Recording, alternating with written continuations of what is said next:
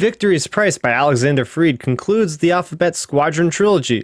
This recap will touch upon all the major plot points that occur in this novel. This goes without saying, there will be spoilers. Victory's Price takes place 11 months after the Battle of Endor. The story opens up with Hera Syndulla now aboard the Deliverance, a Venator-class Star Destroyer. While speaking with the New Republic War Council about the status of the galaxy, she proclaims that rebellions thrive on hope, republics need sturdier foundations. At this time, a large amount of Imperial forces are gathering in the western reaches, while a large contingent remains in defense around Coruscant.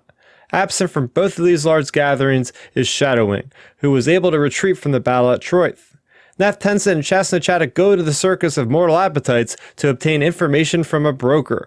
The information contains the whereabouts of Shadowwing, currently in the Kroinar sector. Nath and Chas are ambushed once they have the intel. They manage to make a safe retreat with the help of Kairos and her U-Wing.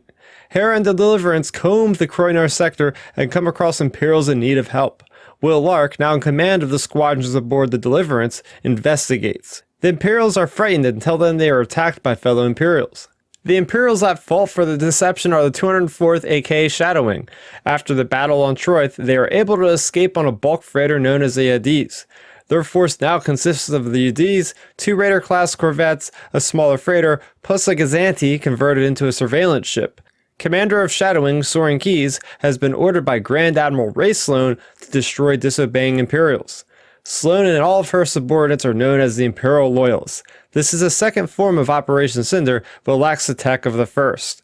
Instead of using satellites to direct destruction with the weather, Soren and the 204th get creative with the tools that they have. Shadowwing's latest target is in the Kroinar sector at Fidovi's End.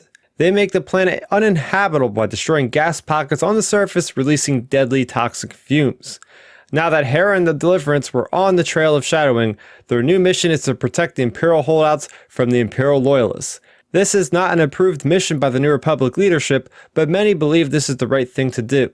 At one point, the Deliverance returns from hyperspace to be ambushed by a cloud of buzz droids. These droids play havoc to critical systems aboard the Deliverance and slow them down in their pursuit of the Yadiz.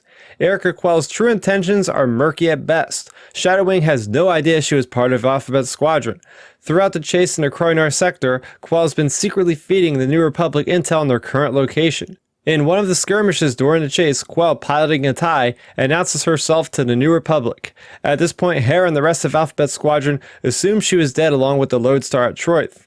While Quell is sending a secret transmission to the New Republic, a figure approached her and she blasted it on instinct. It turns out that this mysterious figure was the old messenger droid that delivered the Operation Cinder orders. Knowing that she messed up, Quell covered up the accident from everyone on board the Yadiz. Keyes discovers the mysterious droid and wishes to take a look at what makes it tick. At this point, Sloane is on the run from the Imperials as seen in the Aftermath books. Keyes is receiving his orders from Grand Moff Rand, instead who is currently overseeing the forces at Jakku. Keyes' next target in the second Operation Cinder mission is Chatawa. This is an artificial world built eons ago by an unidentified species. The world is surrounded by rings composed of tons of satellites. These rings give off radiation which surrounds the planet and scrambles electronics like comms.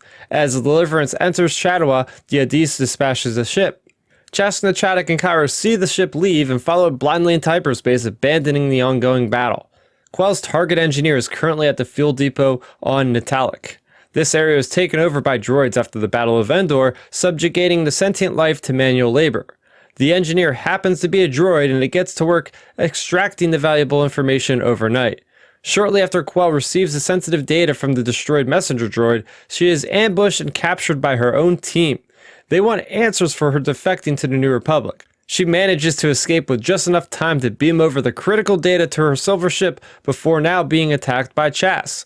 Chas holds her at gunpoint to escort her to Kairos' U-Wing. They are able to escape the droids at Natalik, but the U-Wing sustains damage to the hyperdrive, causing them to be lost in space.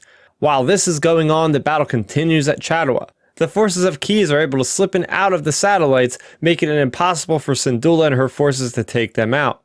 After several attempts and what appears to be a stalemate, Will Lark challenges Keyes to a duel. The stakes are high as whoever loses must retreat from the system. Will Lark is in his A-Wing, while Keyes is in a standard TIE. Both ace pilots are evenly matched as they race towards the satellites in and out of other obstructions around Chatawa. Keyes does manage to get a crippling blow on Will's A-Wing, but he does survive after ejecting. While the duel is going on, Nath takes a squadron of bombers to try and take out the Raider-class corvettes. These ships are taking out satellites one at a time to crash to the surface and cause radiation. The radiation will overtake the planet and make it inhospitable. As the battle continues, the Imperial forces at Chattawa get involved with defending the planet against Keyes and Shadowwing. The commander of the defenders is Matagras, who was once a comrade of Keyes. Matagras controls an Imperial Star Destroyer that causes havoc for both the New Republic forces and Shadowwing. Quell's Imperial attackers on the Taluk return to the ADs with the Silver Ship. As soon as the ship docks, Keyes and Shadowwing leave the system. Even though Keyes did not succeed in bringing Chattawa to its destruction, he was able to retrieve the intel from Quell. Matagras continues to fight Hera and her forces even though they were aiding them. Hera has to make the unfortunate call to destroy the ship as it attempts to collide with the Deliverance. Back on the U-Wing, they are still stuck in space lacking a navicomputer to jump to hyperspace.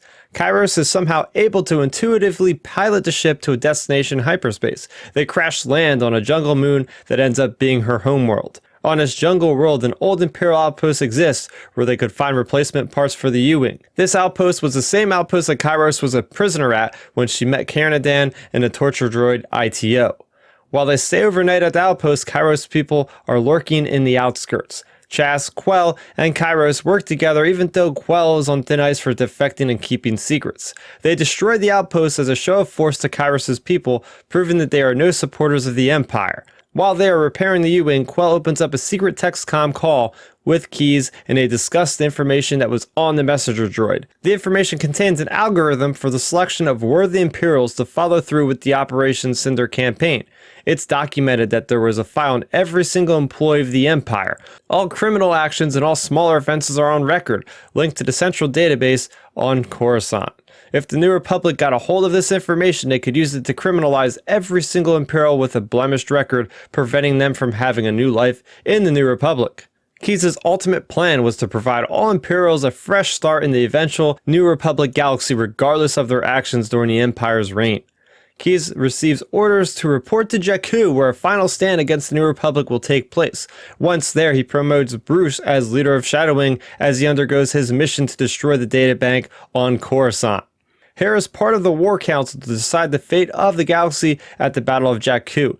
Quell, who is in trouble with the New Republic, gets permission from Hera to undergo one last mission. She is going to track down Keyes, who she suspects will attempt to destroy the databank on Coruscant.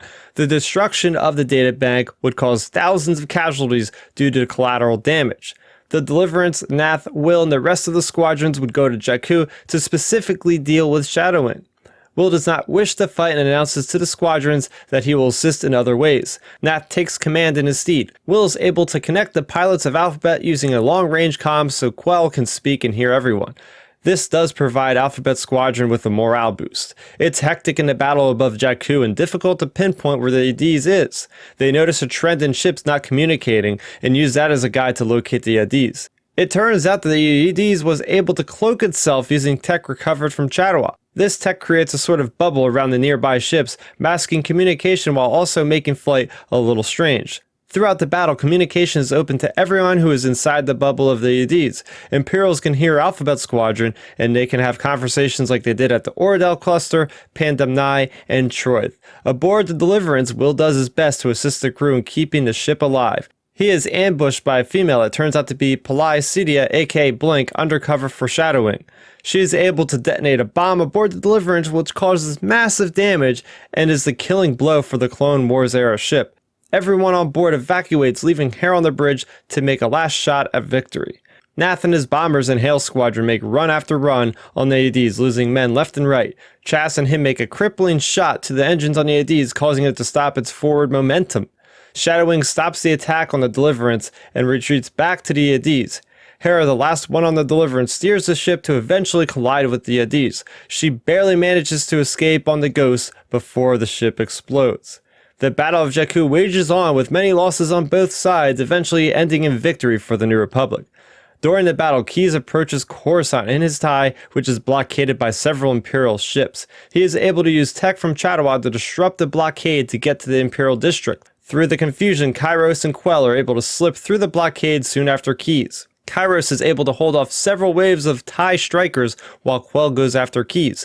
They chase each other throughout the skyscrapers while fending off TIEs. While Quell chases Keyes, he attempts to destroy the beam structure holding the databank in place. Destroying the support structures would make the databank fall to its destruction, killing thousands along with it. Kairos eventually intervenes, colliding with TIEs that in turn damage Keyes' TIE. He is able to crash land near the databank and attempts to destroy the structure by hand. Quell finds Keyes slumped over, bleeding. They talk for a few minutes about what's good for the Empire and Quell's decision before he ultimately succumbs to his wounds. Even though Quell succeeds in her mission to prevent the destruction of the databank, she is still punished for her crimes against the New Republic. She stays on Coruscant in an apartment under house arrest and cannot participate in any government duties. Kairos survives the battle but leaves Quell in the New Republic to go out on her own. 4 months after the Battle of Jakku, Nath Tenzin has left the New Republic to do some work as a pirate. He enlists ex-members of Shadow Wing to join his crew. 11 months after Jakku, Chesna Chaddock is in a rough spot. She requires a cane after a collision at Jakku which left her legs badly damaged. She finds life hard with no more war and suffers mental stress not associating herself with the children of the Empty Sun cult any longer. She finds work with Yrica Quell, who now owns a small-time cargo operation business. 6 years later, Will visits Chas and Yrica, who have been in a relationship. At this point, Will has been a New Republic center for his home planet Polynus. Will also is in leadership with an initiative called the Reconciliation Project. Will, Chas, and Quell relive memories and fill each other in about their current life. Will leaves Quell with information about a survivor of Narconis that wants to speak with her. Doing so would allow this person closure and maybe even make things come full circle for Quell. Victory's price ends with Yrica Quell flying her ship into the horizon, finally feeling free. That ends the Alphabet Squadron by Alexander Freed. We don't get any information on what ultimately happens with the Adiz and Bruce, who is left in charge of Shadowing. Are they still in known space? Did they leave with Sloane to start the First Order? I can't wait to learn more. The characters and space battles make this a very strong trilogy. For my further thoughts on the books, you can check out my reviews for all 3 of them. For more on Star Wars, make sure to subscribe to this channel so you don't miss out on any future content. That's going to do it for me, Staraptor. Thank you so much for watching, and may the Force be with you always. Thanks for checking out the video. Please hit that thumbs up symbol. It helps me know that I'm making content that you guys enjoy. And if you enjoyed this video, I also include 2 videos down below you guys should check out. And please consider subscribing to this channel. It helps support me and it notifies you guys of when I get new videos up on the channel. You can also contact me on Twitter, Facebook, and Instagram at StarRaptor.